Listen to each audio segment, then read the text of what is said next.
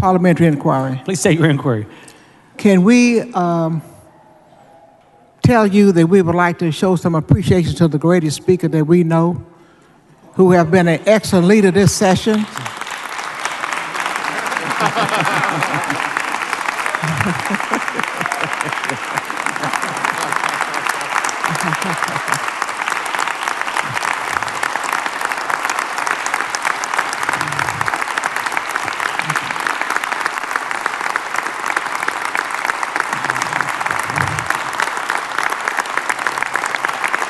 Thank you, Ms. Thompson. Ms. Morrison, for what purpose? Parliamentary inquiry, Mr. Speaker. Please state your inquiry. Does the Speaker know that we've been trying to sine die today? The Speaker is very, very well aware we've been trying to sine die today, but we have some unfinished business that we hope to wrap up if our friends in the Senate would want to work with us. Mr. Speaker, parliamentary inquiry. Please start your inquiry. So we're still waiting to sine die, and we're trying to find out what's going on. But what we want to say is thank you for the effort that you're trying to get us out of here. You know that we need to go home. We're ready to go home, and we appreciate all the work that you're doing trying to get us out of here. We have no control across the hall from us. Thank you, Mr. Speaker. Thank you, Ms. Morrison. I appreciate that. Ms. Rose, for what purpose? Mr. Speaker, can I suspend the parliamentary inquiry and just make my comments? You can do whatever you want to, Ms. Rose. Thank you. Mr. Speaker, on opening day, I stood before this body and did a seconding speech for you. And I know a lot of people probably took issue with that, being that I am a Democrat and that I do represent the most Democratic House district in the state of Texas. But what I've learned since the moment you walk through these doors, I've been able to work with you on a lot of issues. We worked on issues as far as helping families, transportation for those individuals with on Medicaid and on other issues. And one of the things that you've always been committed to is issues, and that's evident by the fact of how you created the Healthcare Reform Committee, the Select Committee on Healthcare Reform, as well as the Youth and Safety Committee. And I just didn't want to leave this 88th legislative session without thanking you, and especially for your solid commitment, as I stated to this body on yesterday, on maternal health issues and women's health. And I want to thank you because of that. Now women in Texas can have, I guess we got to wait for the governor to sign it before I get too excited. But I do believe that he will, because it was one of his priorities. But just wanted to thank you for your support of that. All during the interim, I received so many phone calls that every conversation you had, you talked about us getting that across the finish line. And we've done it, Mr. Speaker, and I want to thank you from the bottom of my heart and for all of the future mothers of Texas. Thank you. Thank you, Ms. Rose.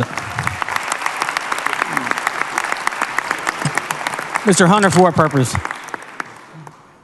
Blow off the parliamentary inquiry. I just have a comment. On behalf of the Sugar Daddy and Mama Club right back here, we want to tell you thanks. And so everybody knows, the Speaker and I have known each other for many, many years. We met in the 90s.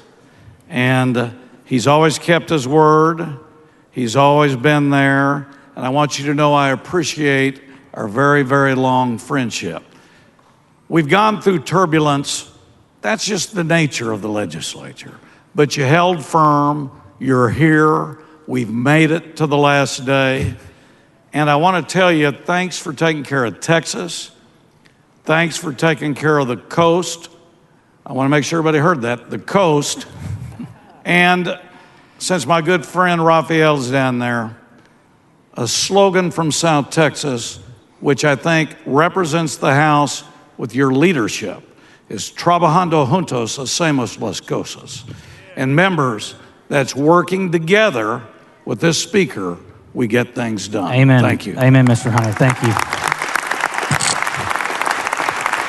Mr. Busey, for what purpose? Mr. Speaker, parliamentary inquiry. Please state your inquiry. Just wanted to acknowledge that this past interim, I was appointed after requesting to get more involved in healthcare space to the Select Healthcare Committee. We worked through the interim. I brought a bill idea to this chamber for express lane eligibility to help kids get enrolled in healthcare.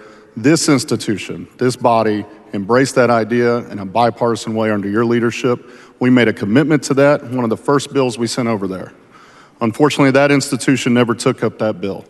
But after watching how you, Mr. Speaker, Rep. Tony Rose, and so many others make a commitment here, I know we follow through, even if it's a commitment delayed. So I'm excited to know that we will not back down on fighting for these kids and fighting for their access to health care as we move on into the next session. I thank you, Mr. Speaker, and I thank this entire body for having that commitment. Mr. Busey, we'll get it done next session. Thank you, sir.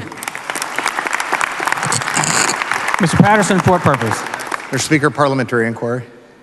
I think your microphone's off. Anyone else want to speak? Please state your inquiry, Mr. Patterson. Mr. Speaker, we come from diverse districts across the state of Texas. We have diverse ideas and opinions on the issues, and you allow us a fair playing field by the rules that we adopt as a body, and you don't put your thumb on the scale, and you allow us to fight for the issues that we believe are important to our constituents.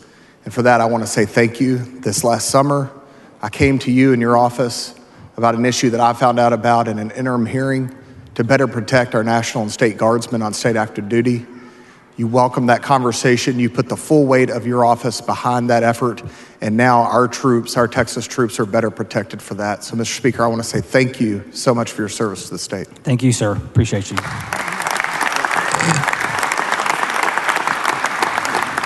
I'm not sure if that's Ms. Howard. It looks like Ms. Howard. It must be Sonny Dye in the Texas House. It's Sonny Dye. Ms. Howard, for what purpose? Mr. Speaker, a parliamentary inquiry. Please state your inquiry. Do you know that I'm a Democrat? I'm well aware, Ms. Howard. Yeah. And I believe you're a Republican? I think so. That's what I'm told sometimes. Yes, sometimes I know, and I'm that's told my I'm not. point. That is my point. Mr. Speaker, do you have any suggestions about how we talk about this in such a way that we can, as Democrats, thank you for working with us and allowing us to work as a body without it somehow impugning your character for someone like me to be able to say that? Do you have a suggestion? My suggestion to every House member who walks on this floor is, members, vote your district. And we appreciate so much your allowing us the opportunity to work together. I think, especially the new people here are learning quite quickly, I assume, that this is a body that we all care about, that we want to protect, and that it's all about the relationships that we have here, but we need the leadership that allows that to happen. So I thank you very much for your leadership. It's been my pleasure, Ms. Howard. Mr. Moody, for what purpose? Mr. Speaker, parliamentary inquiry. Please state your inquiry.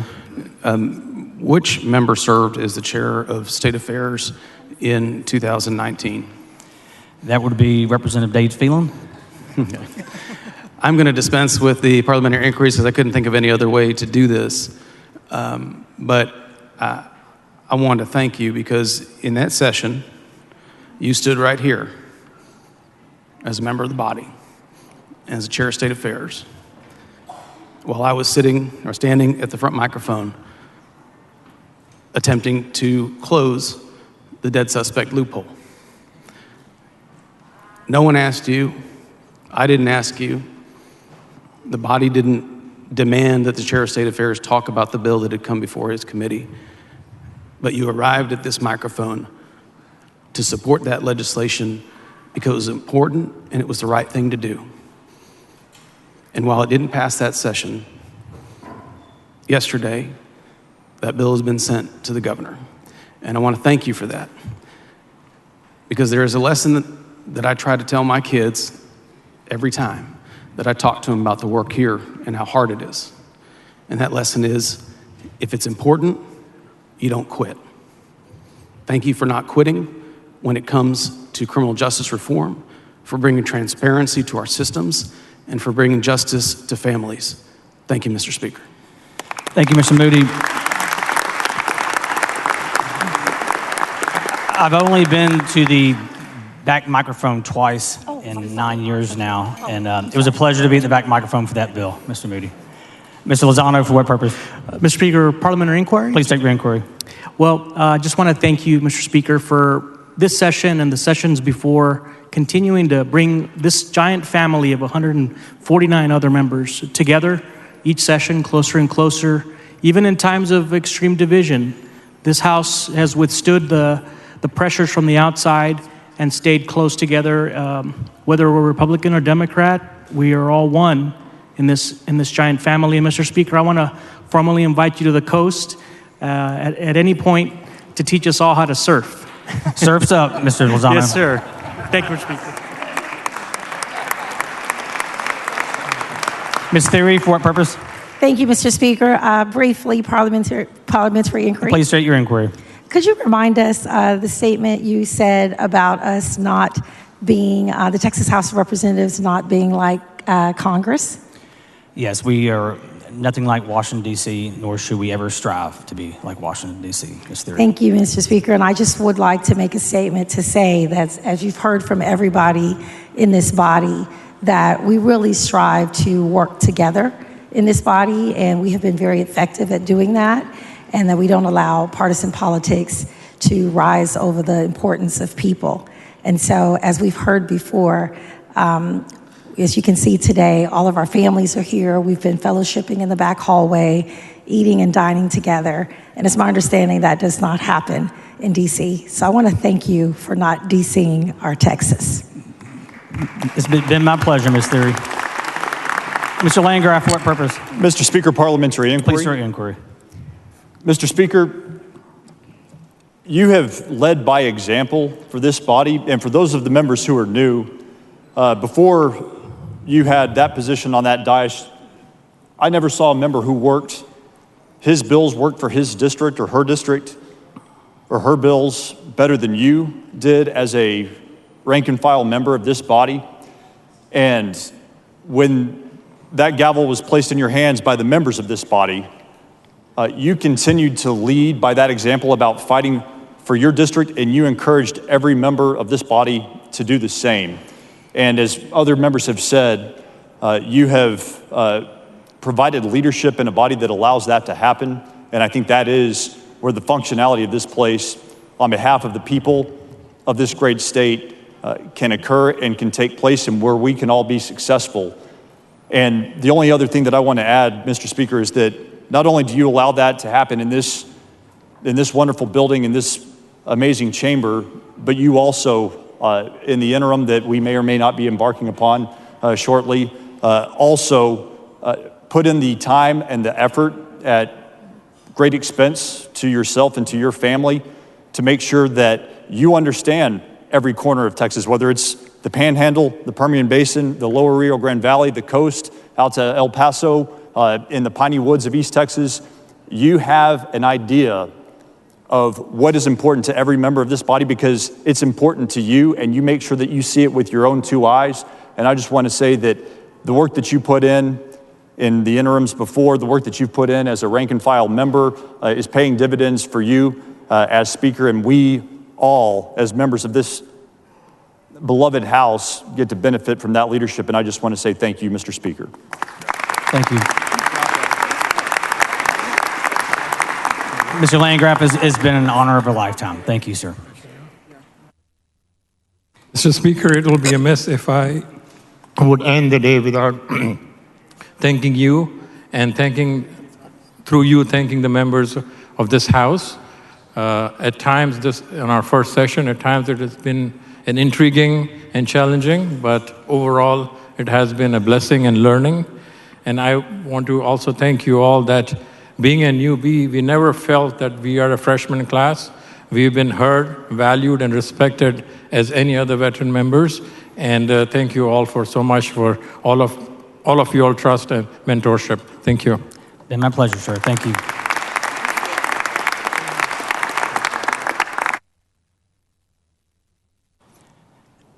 Members, I'll just briefly take this opportunity to thank you for placing your trust in me as Speaker for this session.